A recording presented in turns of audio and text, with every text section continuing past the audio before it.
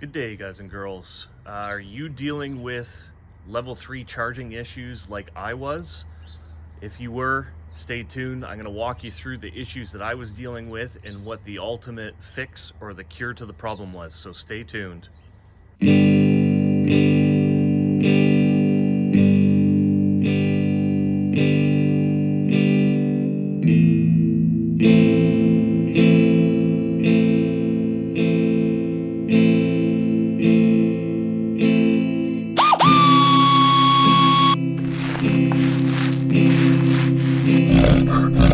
So I want to start this video off by apologizing, which is probably not what you want to hear, but usually I'm much better at documenting issues, problems, and solutions.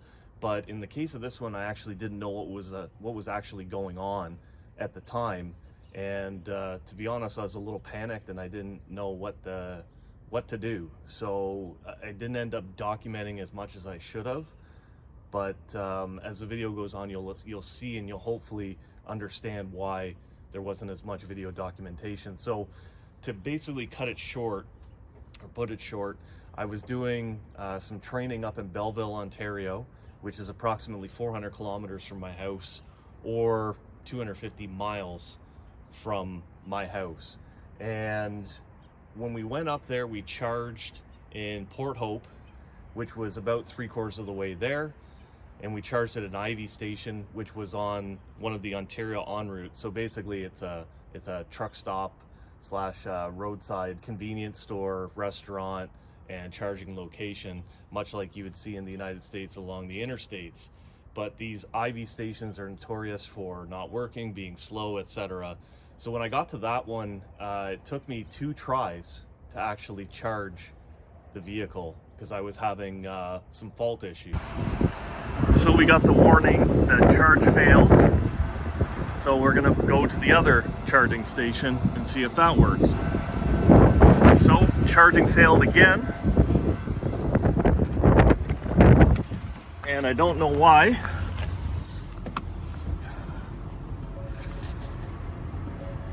Door ajar. It gave me a warning last time that something was going on. Oh, it's frustrating. Not like I got places to go, you know? Well, 3rd time's a charm. So, I don't know what the difference was on the 3rd time on the 2nd charger, but now we're charging. What I'd like to also point out too is that even though this is an en route and an EVSE station, it's only 100 kilowatt max, and I'm charging it to 69 kilowatt hours. So that's a little frustrating too.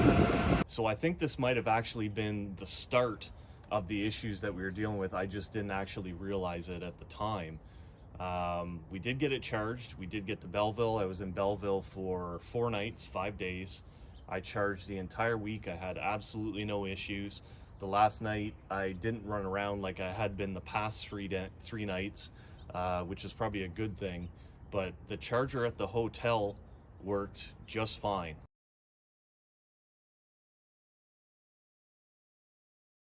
So on the Friday we decided to head home, and because it was 400 kilometers, 250 miles from my house, and the fact that it was basically the start of winter, which didn't really start until November 30th, we couldn't drive home without any heat on or without the heated seats on, all that kind of stuff. So I just thought, you know what, I'm gonna drive at speed. I'm not gonna worry about it. We're gonna be able to charge at numerous places along the highway. So we got to Cambridge en route. And the nice thing about the Cambridge en route is that there's a north side of the 401 and there's a south side of Highway 401 where you could charge.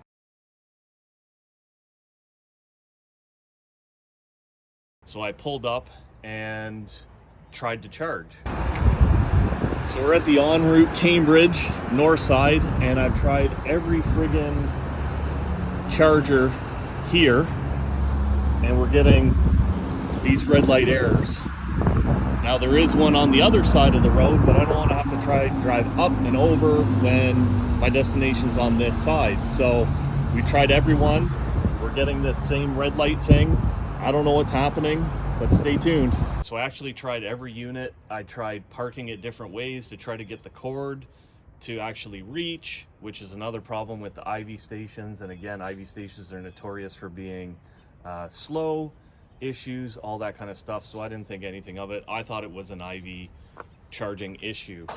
The issue I was having though is when I went to go charge, when I went to go put, oh, there's some ice in here right now, but when I went to go put the level 3 charger in there, it actually wouldn't click into place. And that's when I knew something was wrong. So that's why I was kind of maneuvering the vehicle to get it closer. It wouldn't lock in place. It was very, very strange. Never had dealt with that before. So I decided I was gonna backtrack, go up the highway, turn around, go to the south side. 4 chargers over there as well, 4 chargers on the north. I tried all 4 chargers, nothing was happening. I was just getting the red ring of death.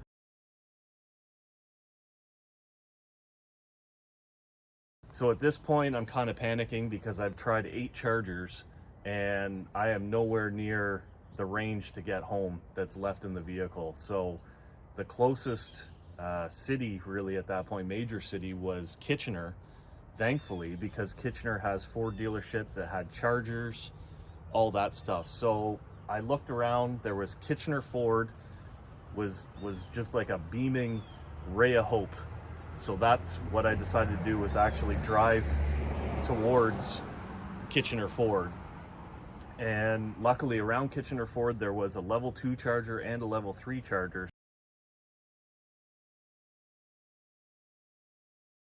So we tried at the level 3 charger.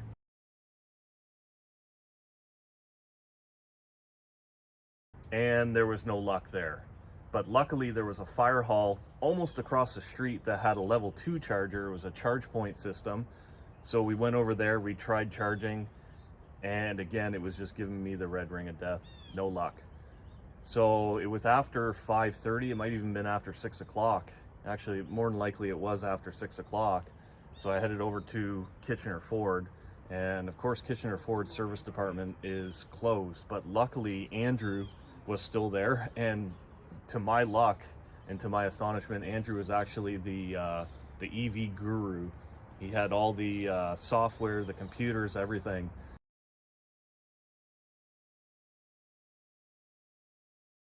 And he was kind of aware of this issue. He thought that he'd try a couple things. He fully reset everything, rebooted everything. We tried putting it onto the charger that they had at the Ford dealership, and just nothing was happening. We were getting the red ring of death again.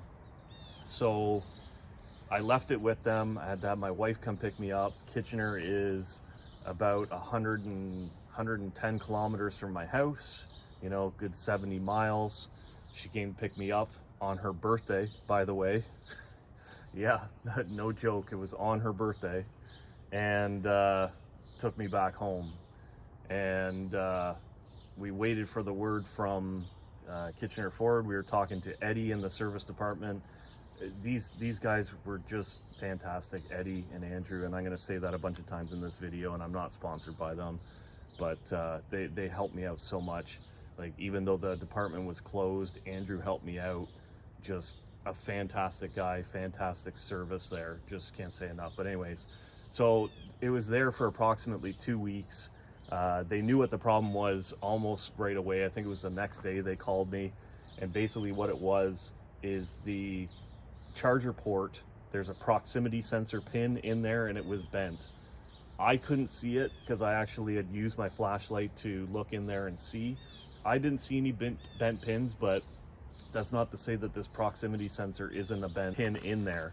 But this is the service report here, and it just says the tech comments: replace the charge port wiring harness from charge port battery, had to remove frunk trim, charge port door and 12-volt battery, and battery box and fender wheel liner, and move wiring harness for access to charge port wiring harness.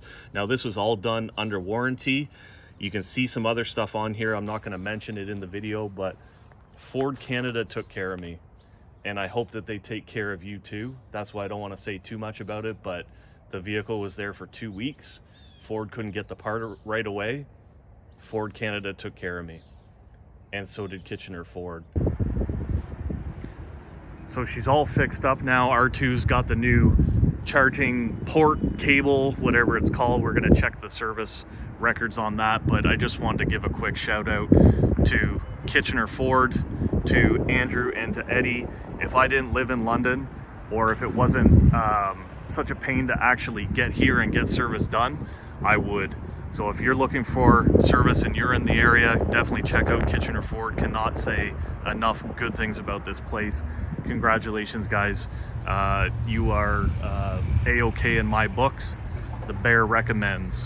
So this might be an issue that comes up with other people. I really don't think that I did anything to bend this pin. It's hard to get these cords into the charger to begin with. They only go in one way and they're very snug. But again, the IV charge stations, the cord is as long as it needs to be. It is not 1 inch longer. If this door right here, or this charge port, was another 4 inches away, you would never reach it. And that's just the truth. And anybody who's dealt with those chargers knows that that cord is the exact length that it needs to be. IV wasn't going to spend another $1 on a cord. So that's my long story short. Again, I hope you understand why I didn't record and document this as much at the time. I was in a panic. I didn't know what to do. It's this whole range anxiety and the new technology thing, but it's not enough to deter me, because as you can see, I've got another one back there. I need this for work. I drive 60 kilometers each way, 120 kilometers each day, 5 days a week. I'm not trying to save the environment. I'm trying to save my wallet. But if I can also prevent some damage to the environment at the same time, it's a bonus, but it's not the reason why I bought it. I hope this video was informative to you guys and girls. Hopefully help you out in some way. If it did, click that like button, click that subscribe button. We are adding content like this all the time. There's all kinds of Mach-E information that I want to put out there that isn't out there already. And if you go through my YouTube page, you'll see that. Hopefully there's something in there that'll help you out. We don't have the flashiest content. We don't have the best 3D effects or anything like that. I firmly believe that the content, the information is more important, because with a little bit of information, special tool here or there, you'd be surprised what you're capable of. Men, women, young people, old people, you're capable of more than you know, because you never know unless you bear. We'll see you on the next one.